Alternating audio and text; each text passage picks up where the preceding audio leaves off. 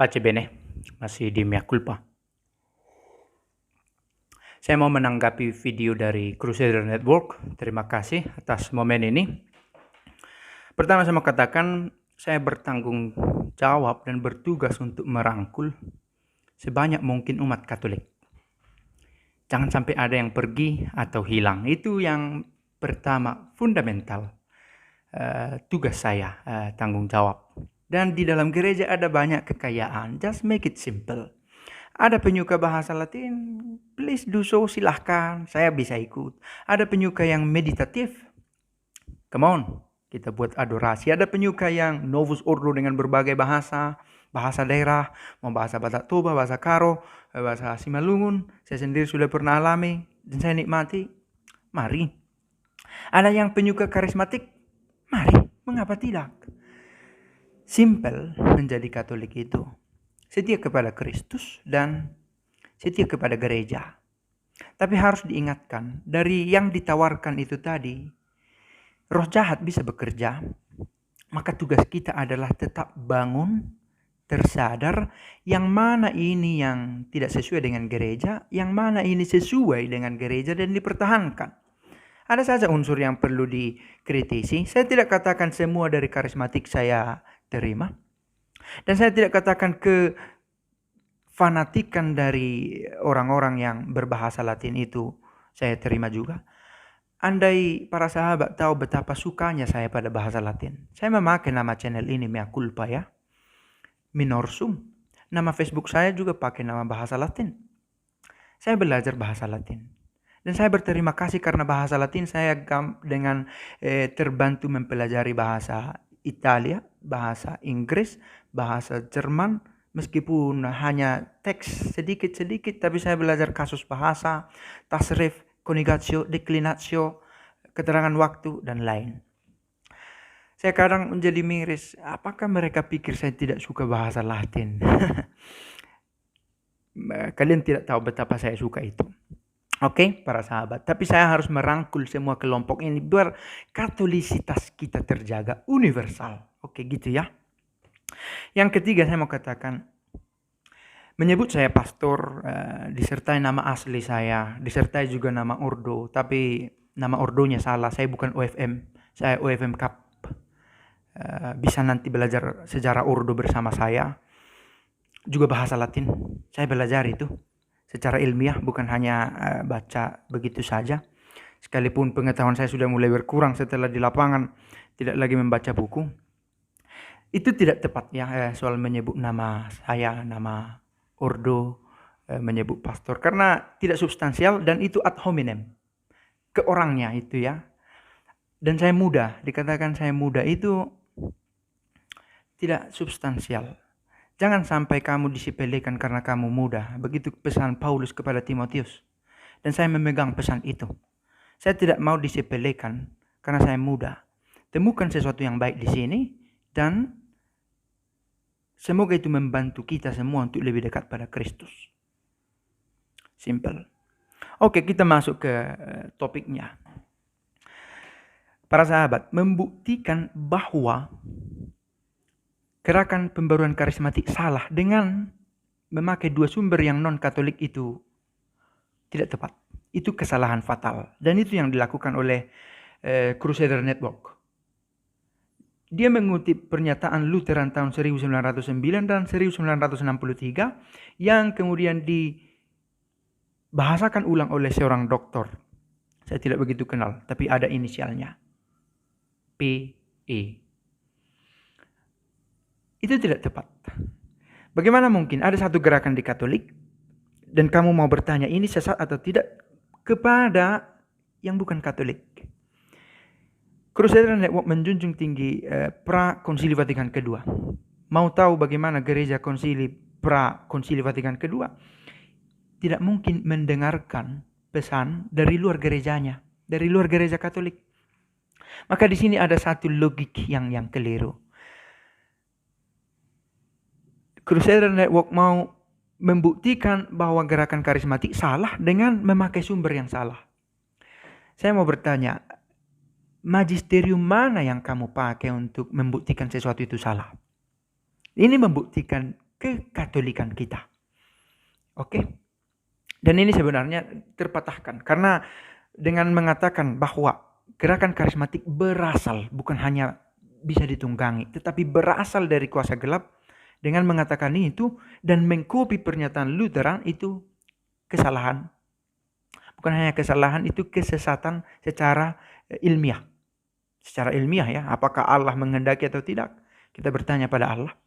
Tapi secara ilmiah itu salah karena dia bertanya tentang bisa atau tidak masuk ke gereja Katolik, satu ajaran kepada yang bukan Katolik. Mudah-mudahan menangkap. Pernyataan Lutheran 1909 dan 1963 ketika Pentakosta semakin bertumbuh.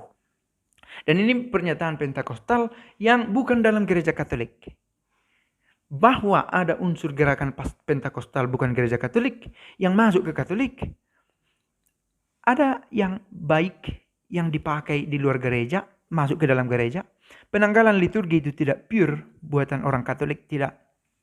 Kasula itu bukan buatan Katolik. Oke, penghormatan kepada martir itu bukan punya orang Katolik. Kisah Adam dan Hawa dalam kitab suci itu tidak dari Yahudi, tidak dari Katolik.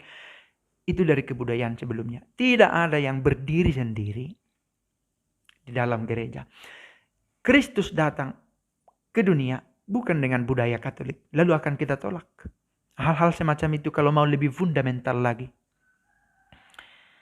Lalu dikatakan, karena gerakan Pentakostal ini tidak berniat masuk Katolik, berarti itu bukan dari Roh Kudus. Siapa yang bilang bahwa Roh Kudus hanya bekerja di gereja Katolik institusional ini? Kalau demikian berarti Roh Kudus di bawah dan tunduk pada Paus. Karena Paus pemimpin gereja Katolik.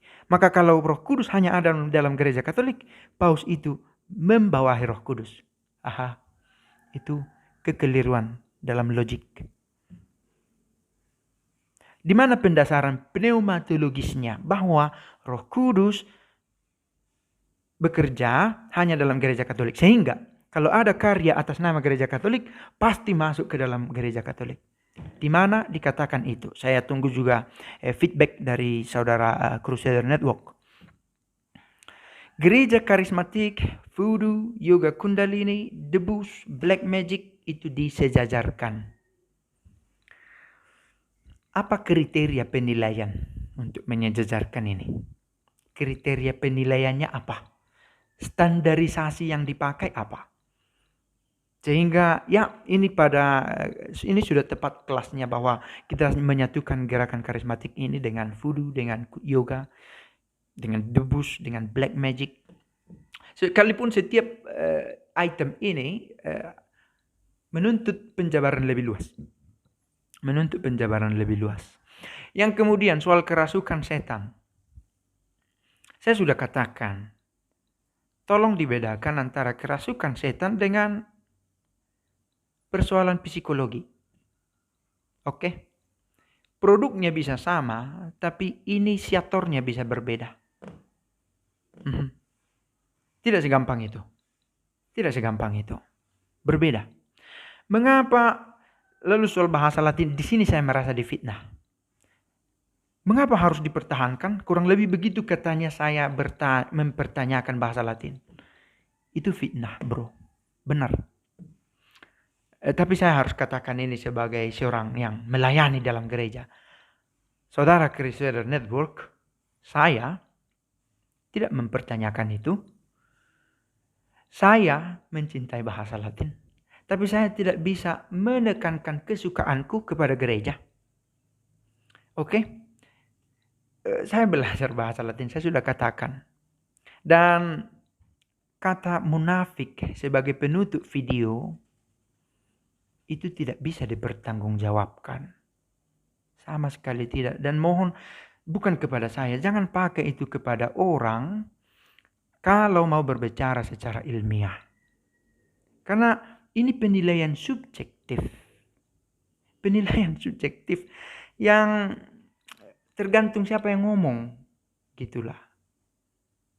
Term-term semacam ini bolehlah berkeliaran di YouTube, di debat-debat. Tetapi kalau kita mau membuat satu diskursus yang klasik, jangan pakai term ini.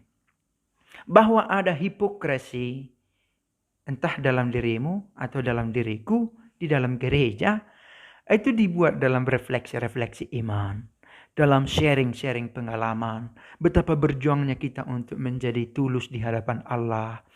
Tapi ini tidak kontekstual. Saya harap Bapak Crusader Network mengerti. Dan sekali lagi, saya adalah imam untuk semua umat Katolik. Oke. Dan tentu ini juga tidak melupakan, sebenarnya memang karismatik Katolik juga harus lebih memerhatikan dirinya, supaya jangan ada unsur-unsur yang bisa menjadi kerikil tajam, menjadi sandungan untuk kesatuan umat Allah. Dan peringatan serupa tidak hanya pada karismatik. Ada juga kelompok-kelompok lain yang eksklusif. Dan ini borok di dalam gereja. Melayanilah, ungkapkanlah iman, tetapi tidak untuk menciptakan sekat-sekat. Karena itu kontradiktif dengan cita-cita kita yang ingin universal. Mudah-mudahan video ini berguna dan mungkin akan saya ulang-ulang. Pace bene.